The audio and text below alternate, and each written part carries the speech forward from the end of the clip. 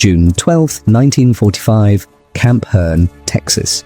23 German women sat before a table loaded with golden fried chicken, mashed potatoes swimming in butter, and warm biscuits piled high. Their hands trembled, their eyes filled with tears, and then they broke down completely, sobbing so hard they could barely breathe, not because they were being tortured, not because they were being starved, but because they couldn't stop eating. These women were prisoners of war, enemy soldiers. They had been warned that Americans would beat them, starve them, work them to death in the brutal heat. Instead, 3 days after arriving at this prison camp, they sat before the most beautiful meal they had seen in 5 years, prepared by the very people they had been taught to fear most. What happened next would challenge everything they believed about enemies, about kindness, and about what it means to be human. If you want to hear one of the most powerful stories from World War II that almost nobody knows about, stay with me until the end. And if you appreciate these forgotten stories from history, please hit that subscribe button and like this video. It helps us bring more incredible, true stories to light. Now let me take you back to that scorching day in Texas when everything 23 German women believed about America was about to be shattered over a plate of fried chicken. The military transport truck groaned to a stop. Metal doors swung open, and 23 German women stepped into a wall of heat that hit them like a physical blow.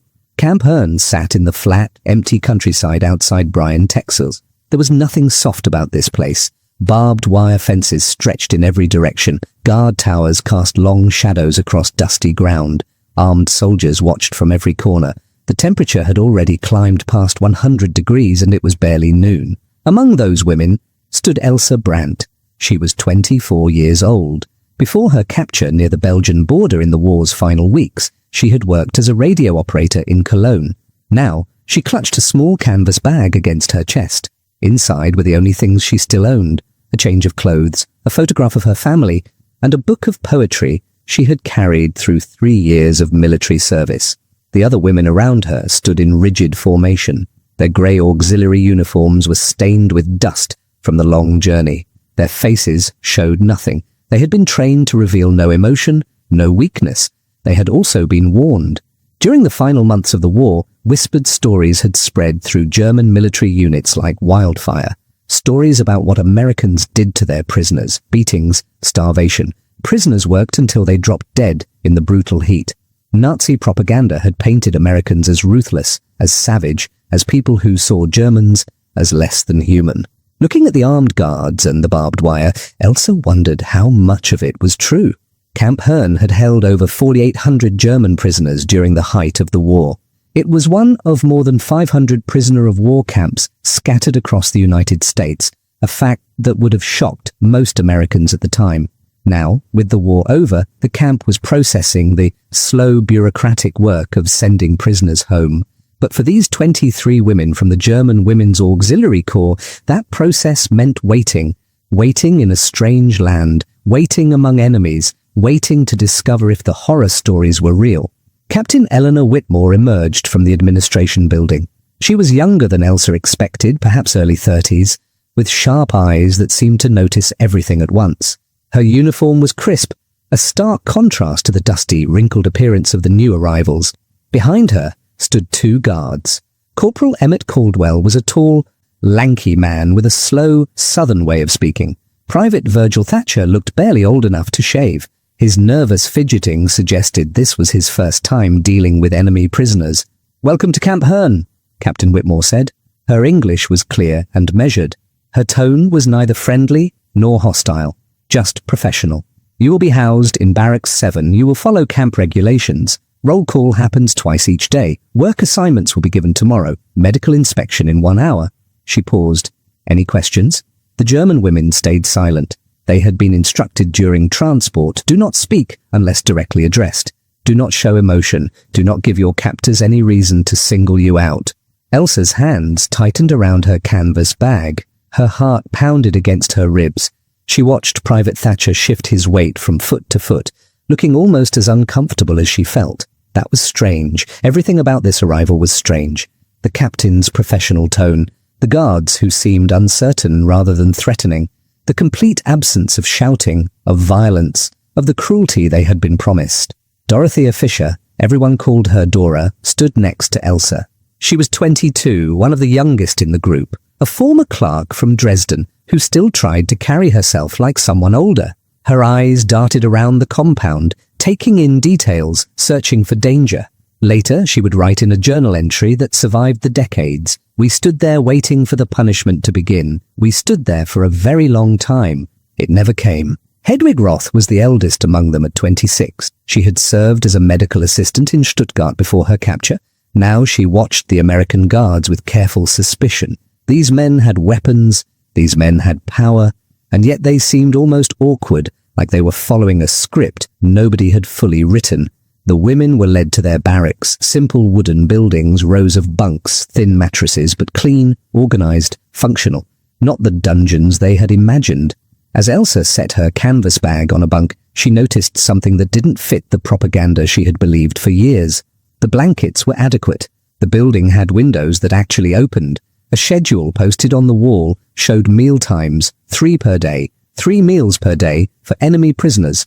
She didn't know what to make of it. None of them did. They had arrived expecting monsters. Instead, they found soldiers doing an uncomfortable job, following regulations, treating them with something that looked almost like professionalism. It was confusing, and confusion in its own way was more unsettling than cruelty would have been. Cruelty they could have understood. Cruelty fit the story they had been given.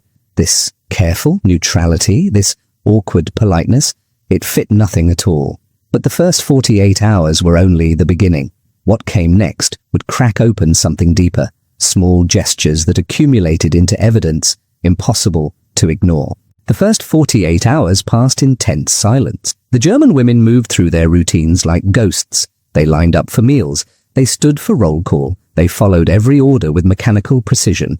They spoke only in whispered German during the brief moments they were left alone in the barracks. And they watched, constantly, waiting for the mask to slip, waiting for the cruelty to begin. It never did. Instead, something else happened. Something small. Something that shouldn't have mattered but somehow mattered more than anything. Private Virgil Thatcher brought extra water. It was the second afternoon. The Texas sun had pushed the temperature past 105 degrees. Several women looked pale and exhausted from the heat. Without a word, the young private set down additional canteens near their work area. He didn't announce it. He didn't wait for thanks. He just did it and moved on. Such a small thing. A few canteens of water. But Elsa noticed, and noticing troubled her more than cruelty would have. That same day, one of the German women stumbled on the barracks steps. Private Thatcher reached out instinctively to steady her, then caught himself, stepped back awkwardly, and looked at the ground as if embarrassed by his own kindness. Hedwig had been watching from nearby. Later that night, she gathered the younger women around her bunk after lights out. "Don't mistake exhaustion for kindness," she whispered in German. "They're soldiers. We're enemies. That hasn't changed just because the shooting stopped." But even Hedwig couldn't explain what happened next. Corporal Emmett Caldwell started learning German phrases. As his pronunciation was terrible, the words came out mangled and awkward, but the effort was unmistakably sincere. "Guten Morgen," he would say during morning roll call, his southern accent stretching the syllables into something almost unrecognizable. Some of the women would respond automatically before catching themselves, before remembering they were supposed to be enemies. Camp Herne had processed thousands of German prisoners during the war. According to official records, the camp followed Geneva Convention protocols strictly, providing adequate food, shelter, medical care, and protection from abuse. The United States held over 425,000 German POWs across the country by 1945. Most were treated better than they ever expected. But these women didn't know those statistics. They only knew what they had been told, and what they had been told was lies. Dora whispered to Elsa on their second night. "They haven't hit anyone yet. It's only been 2 days," Elsa replied. "Still," Dora continued, her voice barely audible, "the stories we heard, they said Americans were brutal, that they would mock us, abuse us, but that young one, the private, he helped Hedwig carry her mattress when she struggled with it." Elsa had noticed other things too. Small things that didn't match the propaganda. The way Corporal Caldwell made sure each woman received the same portion of food during meals, not favoring anyone, not withholding from anyone, just simple, consistent fairness. The way Captain Whitmore personally checked that the barracks had adequate blankets, even though summer heat made them unnecessary at night, someone had thought about their comfort. The way the guards talked among themselves, not about punishing prisoners or taking revenge, but about baseball scores, letters from home, when they might finally get discharged and return to civilian life. These Americans didn't act like conquerors. They acted like people doing an uncomfortable job, people who hadn't been trained for this exact situation and were figuring it out as they went. During the second evening meal, Elsa noticed someone new in the camp kitchen. He was a black man in an army uniform, older than most of the guards, perhaps in his 40s, with greying hair and steady hands. He worked over enormous pots with the focused attention of someone who took his craft seriously. Elsa had never seen a black person before coming to America. Nazi propaganda had taught her to expect savagery, to fear such encounters. The ideology she had absorbed painted non-white people as inferior, as dangerous, as less than human. But watching this man carefully season food that would feed prisoners, enemy prisoners, she felt something shift inside her chest. A small crack forming in the wall of certainty she had built around herself. She would later learn his name, Sergeant Booker Washington, a career army cook from Georgia, a man whose grandfather had been born into slavery. But for now he was simply a quiet figure working in the kitchen. Another piece of evidence that didn't fit the story she had been given. That night, Elsa lay in her bunk and stared at the ceiling. Her mind kept returning to the same impossible question. What if they had been wrong? Not just wrong about small details, wrong about everything, wrong about Americans, wrong about who was civilized and who was savage, wrong about the entire framework through which they had understood the world. The thought was terrifying, because if they were wrong about this, what else might they have been wrong about? Hedwig's voice cut through the darkness. We need to be careful. This kindness could be a trap. They might be trying to make us comfortable before they strike. But young Dora asked the question none of them could answer. What information do we have that matters? The war is over. Germany surrendered. What could we possibly tell them? Hedwig had no response. None of them did, because deep down, beneath layers of training and propaganda and fear, they were beginning to suspect an uncomfortable truth. Maybe the Americans weren't trying to trick them at all. Maybe this was simply how they treated people. Sunday morning arrived with something different in the air. The guards seemed more relaxed. Private Thatcher was whistling as he walked his patrol route. Even Captain Whitmore had a slight softness around her eyes. Something was coming. Something none of them could have predicted, and it would break them open completely. The Sunday that changed everything. Corporal Caldwell let it slip during morning roll call. "Big meal coming this afternoon," he said to Private Thatcher, loud enough for the assembled prisoners to hear. "Sergeant Washington's been in that kitchen since 0500, says he's cooking like he's back home in Georgia, feeding Sunday congregation after church." Elsa translated quietly for the women around her, but she wasn't entirely sure what Sunday congregation meant. In Germany, Sunday meals had become meager affairs by 1943. By the final year of the war, the concept of a special Sunday dinner had disappeared entirely. The average German civilian was surviving on roughly about 500 calories per day by early 1945, barely enough to maintain basic body functions. Soldiers and auxiliary staff received slightly more, but not by much. The idea that prisoners, enemy prisoners, would receive anything beyond basic sustenance seemed impossible. Throughout the morning, smells began drifting across the compound from the kitchen. Rich, savory, complex. Elsa's stomach clenched with sudden hunger. She hadn't smelled anything like this in years. During the final months in Germany, food had been reduced to its most basic forms: thin soups, hard bread, whatever could be scraped together or rationed. The idea of food prepared for pleasure rather than mere survival had become foreign. By noon, the entire compound was filled with those incredible aromas. Hedwig gathered the younger women before they were called to the dining hall. "Remember who we are," she said firmly in German. "Remember that we are prisoners. Whatever this is, whatever they're planning, we maintain our dignity. We don't beg, we don't grovel, and we don't forget ourselves." But even as she spoke, Elsa saw Hedwig swallow hard, saw her eyes flicker toward the kitchen building, saw the same hunger and confusion rising in all of them. At 1400 hours, the German women were escorted to the camp dining hall. The moment they stepped through the doors, everything they thought they understood about their captivity shattered into pieces. Long tables had been set with actual plates, not the tin mess kits they had been using. At the center of each table sat platters piled high with golden brown fried chicken. The pieces were enormous, glistening with seasoning, perfectly crispy coating catching the light. Surrounding them were bowls of mashed potatoes, green beans, corn on the cob, biscuits, and gravy boats filled to the brim. Real butter sat in small dishes within reach. Several women stopped in their tracks. The ones behind them stumbled, causing a confused shuffle at the doorway. Sergeant Booker Washington stood near the kitchen entrance. He was a tall man with graying hair and steady hands. He wore a clean apron over his uniform and watched the prisoners' reactions with quiet attention. His expression was calm, patient, as if he had expected something like this. "Please sit down," Captain Whitmore said. Her voice was gentle, almost careful. "This is Sunday dinner. In the South, it's tradition after church. Sergeant Washington has prepared this meal for everyone at the camp.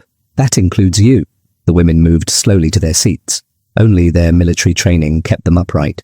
Elsa found herself sitting directly in front of one of the chicken platters. Steam rose from the mashed potatoes. The smell was overwhelming, herbs and spices and butter, and everything she had forgotten food could be. Her hands trembled as she placed them in her lap. "Go ahead," Corporal Caldwell said. "Don't be shy. There's plenty more where that came from." Dora was the first to reach out. Her hand shook as she took a piece of chicken and set it on her plate. Then something broke inside her. She picked up the chicken with both hands and bit into it. The sound that escaped her mouth was somewhere between a gasp and a sob. Tears immediately began streaming down her face. But she didn't stop eating. She couldn't stop. Within moments, all 23 women were eating with a desperation that went beyond hunger. This wasn't about filling empty stomachs. This was about years of deprivation, years of propaganda, years of fear, all colliding with the reality of enemy soldiers who had prepared a feast for them. Elsa bit into her own piece of chicken. The seasoning was complex, perfectly balanced. The meat was tender and juicy beneath that crispy coating. Tears burned her eyes before she could stop them. It was the best thing she had tasted in 5 years.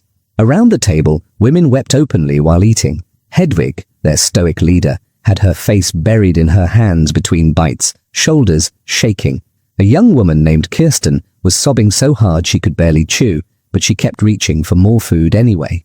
The Americans stood back, clearly unprepared for this reaction. Private Thatcher looked stricken, as if he had done something terribly wrong. Sergeant Washington's expression remained unreadable, but his eyes had softened. Later, Elsa would describe this moment in a letter that survived for decades. "We cried because we were hungry. We cried because we were confused. But mostly we cried because everything we believed about our enemies turned out to be wrong.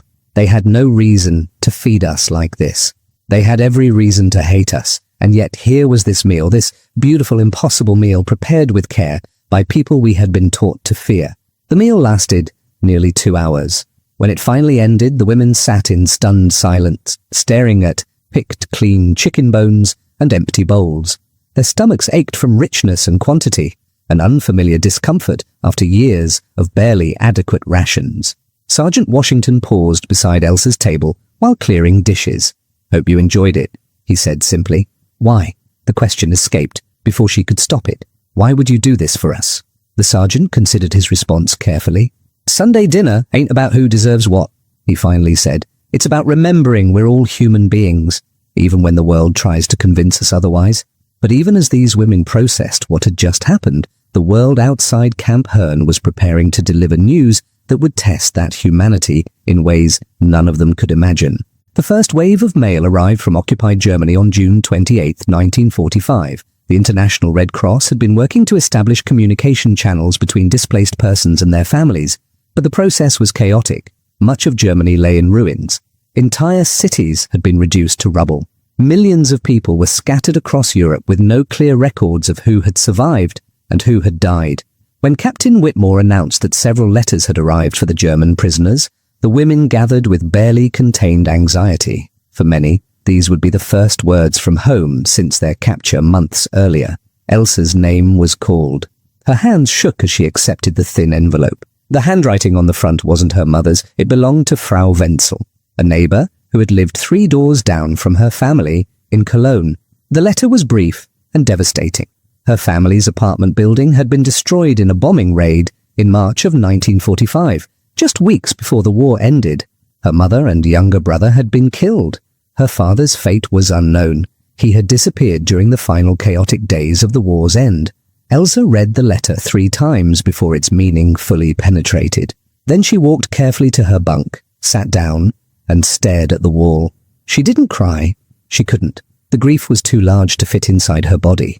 Everything she had endured, all the fear and hardship and hope of eventual reunion, had been for nothing. There was no home to return to. There was no family waiting. Only absence and destruction and the bitter mathematics of war. Allied bombing raids had dropped over 1.5 million tons of bombs on Germany during the war. Cologne alone had been bombed 262 times. By the war's end, roughly 90% of the city centre had been destroyed. An estimated 20,000 civilians had died in those raids. Dora received news that her parents had survived, but their home in Dresden had been destroyed in the firebombing. They were living in a displaced persons camp with thousands of others, struggling to find adequate food and shelter. Her letter was more hopeful than Elsa's, but it still painted a picture of devastation. Hedwig learned that her elderly mother was alive but gravely ill, being cared for by distant relatives outside Stuttgart. The letter urged her to return as soon as possible. That evening, the German women gathered in their barracks in subdued silence. More than half had received letters. None of the news had been entirely good. Even women whose families had survived were learning about destroyed homes, scattered relatives, economic collapse, and widespread hunger. Private Thatcher, making his evening rounds, noticed the unusual quiet. "Something's wrong with the German prisoners, sir," he told Corporal Caldwell. "They're not talking, not moving much, just sitting there looking lost." Caldwell understood immediately. Mail came through today. First news from home for most of them. They're grieving. Give them space, but keep an eye out. Nobody should be alone with that kind of news. But the grief was about to collide with something else, something darker that had been building since their arrival in America. American newspapers had been covering the liberation of concentration camps for weeks. Detailed accounts, photographs, testimony from survivors and from Allied soldiers who had witnessed the horror firsthand. During their lunch break, 2 days after the letters arrived, several German women sat in the common area where American newspapers were available. Elsa found herself staring at photographs from Bergen-Belsen, from Dachau, from places she had never heard of despite living in Germany her entire life. The images showed emaciated bodies stacked like wood, mass graves, survivors who looked barely human, skeletal figures with hollow eyes. The accompanying articles described systematic murder on a scale that defied comprehension. Over 6 million Jews killed. Millions of others, political prisoners, disabled people, Roma, homosexuals, exterminated in camps designed for industrial-scale death. "Did you know?" Dora's voice was barely a whisper. She sat beside Elsa, looking at the same photographs. "Did any of us know this was happening?" Hedwig joined them, her face pale. "I heard rumors," she admitted quietly in German. Near the end, there were whispers about camps, about Jews being sent away. But I told myself it was wartime propaganda. Exaggeration.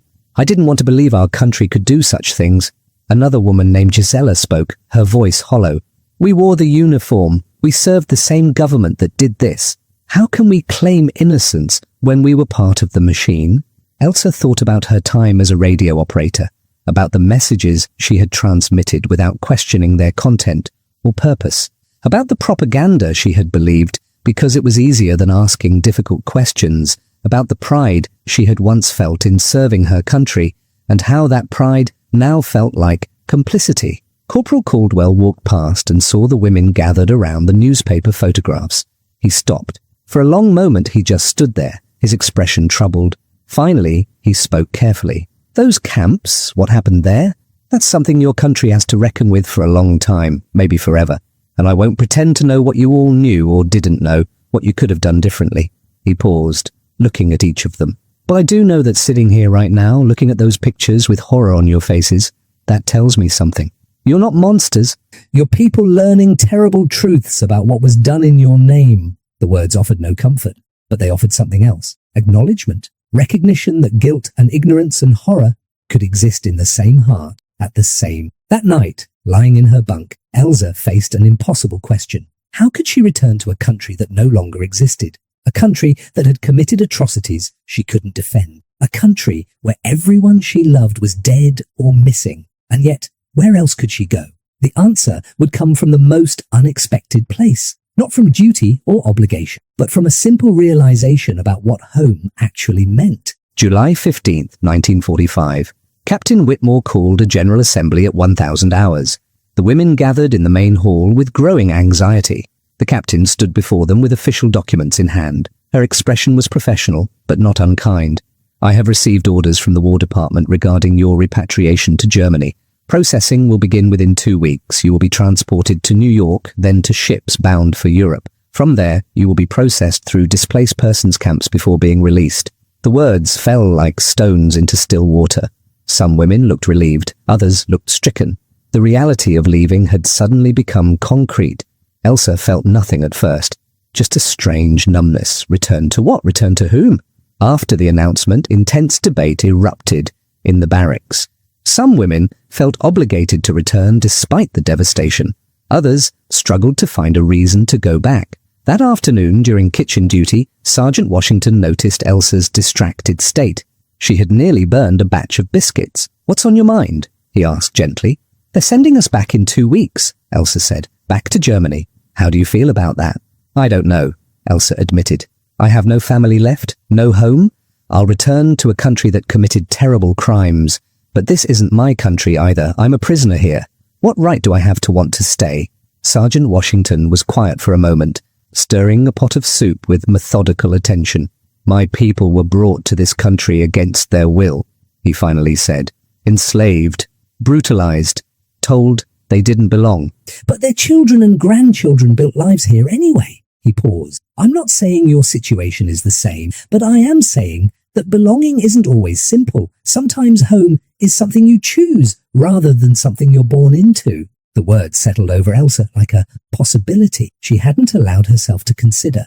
Late-night conversations in the barracks became more urgent, more honest. Dora was the first to say it out loud. "What if we asked to stay? What if we told them we don't want to go back?" "That's desertion," Gisela said sharply. "We can't abandon our country when it needs rebuilding. That's cowardice." But Hedwig didn't immediately dismiss the idea. "Is it cowardice?" she asked thoughtfully. "Or is it choosing a different way to live with what we've learned?" Elsa spoke up. "I have no family to return to. My mother and brother are dead. If I go back to Germany, I return to nothing but ruins and judgment. Here I have found something I never expected. Kindness, purpose, the possibility of becoming someone better." Over the next 3 days, a group formed. 12 women discussed the possibility of requesting to remain in America. They understood it was unprecedented, possibly illegal, certainly controversial, but the alternative felt unbearable. On July 18th, they approached Captain Whitmore together. Elsa served as their spokesperson. Her voice shook. "Captain, we would like to formally request permission to remain in the United States rather than return to Germany." Captain Whitmore's expression revealed complete surprise. "You want to stay? As prisoners?" "Not as prisoners," Elsa clarified. "As displaced persons. As immigrants. We have lost our families, our homes. We have learned truths about our country that make it impossible to read history only through carefully told stories." The doorbell rang. Dora arrived first. Dora Patterson now, having married the department store owner's son. She brought her famous potato salad. Hedwig came next, Dr. Hedwig Roth, head nurse at Worcester General Hospital. She made the trip to Houston once a year. She never missed it. Others arrived throughout the afternoon. Corporal Caldwell, now a high school principal, came with his family. Private Thatcher, who owned a farm equipment business, brought his wife and children. Captain Whitmore, long retired, made the journey, but the guest of honor was Sergeant Booker Washington. Now in his 60s and retired, he arrived wearing his familiar expression of quiet dignity. When Elsa saw him, tears sprang to her eyes, as they always did at these annual reunions. They gathered around the table. This unlikely family forged through shared history. Before the meal began, Elsa stood to speak, as she did every year. 20 years ago today, I arrived at Camp Hearn expecting cruelty. Instead, I found humanity. 3 days later, Sergeant Washington served us fried chicken. Some of us cried because we couldn't reconcile the kindness with what we had been taught to believe. She looked around the table. That meal changed my life, not because of the food, but because of what it represented. Someone saw past the uniform, past the war, and chose to offer dignity instead of revenge. Sergeant Washington smiled slightly. Just did what my mama taught me. Feed folks with respect. Sometimes that changes things. The 10 women who had chosen to remain had all found their paths. Elsa had worked for the State Department's Displaced Persons Office for 15 years, helping thousands of refugees process immigration paperwork. She had translated documents, interviewed survivors, helped people caught between destroyed pasts and uncertain futures. In 1952, she became an American citizen. Dora had worked her way up from clerk to manager. She had proven her worth through dedication. Now she trained new employees and told them her story as an example of what America could offer. Hedwig had faced the most direct hostility. Working in a hospital where staff had treated wounded American soldiers, she encountered cutting remarks about her accent, suspicious glances, cold shoulders. She never complained. She simply worked harder than anyone else. By 1950, she was irreplaceable. By 1960, she was beloved. The other 7 women had built similar lives. Some married American soldiers, others pursued education, learned trades, opened businesses. Each carried the weight of where they came from. Each also carried the determination to become something better. Finding sponsors had proven surprisingly manageable. Corporal Caldwell's sister Ruth immediately offered to sponsor 1 woman. Local church groups stepped forward. A Baptist congregation in Bryan sponsored 3 women collectively. A wealthy widow whose son had died in the war sponsored 2, saying her son would have wanted mercy rather than revenge. The process took months of paperwork, interviews, background checks, but by early 1946, all 10 women had received immigration approvals. They faced suspicion, hostility, people who refused to forgive where they came from, but they also found Americans willing to see past the war, willing to believe people could change, willing to offer second chances to former enemies. During those early years, each woman proved herself in small daily ways. Dora's courtesy with difficult customers, Hedwig's competence during medical emergencies, Elsa's patient work with confused refugees who spoke no English. Gradually, communities that had been skeptical became accepting. Neighbors who had been cold became friendly. By 1950, turn. Here, we have been treated with humanity. We want the opportunity to earn that humanity. The captain sat down slowly, struggling to process this unprecedented situation. I don't even know if what you're asking is legally possible, she said. You're enemy prisoners of war. The Geneva Convention requires your repatriation. Then help us find another way, Dora said. Please. Captain Whitmore spent 2 days sending urgent communications to Washington. The situation was unprecedented. Officials debated legal frameworks, political implications, humanitarian considerations. News leaked to local newspapers. The Bryan Daily Eagle ran a front-page story. German POWs refuse freedom, request to stay in America. The article triggered fierce debate. Letters to the editor split between those who saw redemption and those who saw insult. On July 23rd, Captain Whitmore received her response. She gathered the 12 women in her office. The air felt thick with anticipation. The War Department will not prevent repatriation of any prisoner who wishes to return immediately, she began. Elsa's heart sank. However, Whitmore continued, given the exceptional circumstances, those who wish to remain can be reclassified as displaced persons and processed for potential immigration under existing refugee provisions. Dora gasped. We can stay? It's not that simple, the captain cautioned. You'll need American sponsors willing to vouch for you. You'll need employment and housing in communities willing to accept former enemy nationals. The process could take months. There's no guarantee of success. Hedwig spoke steadily. But it's possible. You have a chance, Whitmore confirmed. But you'll face suspicion, hostility, people who won't forgive where you came from. You'll need to prove yourselves every single day. 2 women ultimately decided the uncertainty was too much. They would return to Germany, but 10 women, led by Elsa, Dora, and Hedwig, committed to staying. They chose the unknown over the impossible. They chose hope over ruins. And in doing so, they became something no one had imagined possible. Former enemies choosing to become Americans. What happened next would test whether that choice was courage or foolishness, whether America's promise of transformation was real or just another version of propaganda. June 12, 1965, 20 years to the day, Elsa Brandt stood in the kitchen of her home in Houston, Texas, preparing fried chicken. At 44 years old, she had lived in America for exactly half her lifetime now.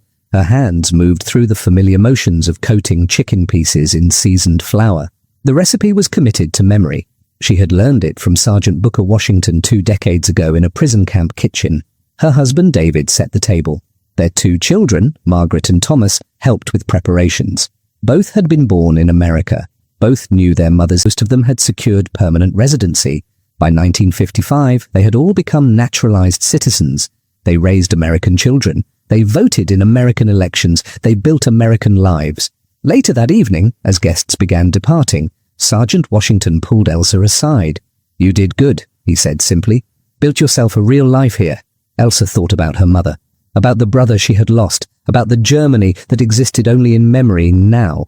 But she also thought about the choice she had made 20 years ago, about asking for a chance she didn't deserve. "Thank you," she finally managed, "for seeing who I could become instead of only who I had been." They had arrived as enemies. They left as students of what democracy actually meant. Not just freedom from tyranny, but the radical notion that people could be more than their worst moments. The paradox of Camp Hearn was simple and profound. In showing kindness to those who had no right to expect it, America had won a victory more complete than any battlefield triumph. It had turned 23 frightened women into witnesses, into evidence that transformation was possible, into living proof that the most powerful weapon wasn't bombs or bullets. It was a plate of fried chicken offered with dignity on a Sunday afternoon. In the end, Sergeant Washington's mama had been right all along. Feed folks with respect, and sometimes, just sometimes, that changes everything.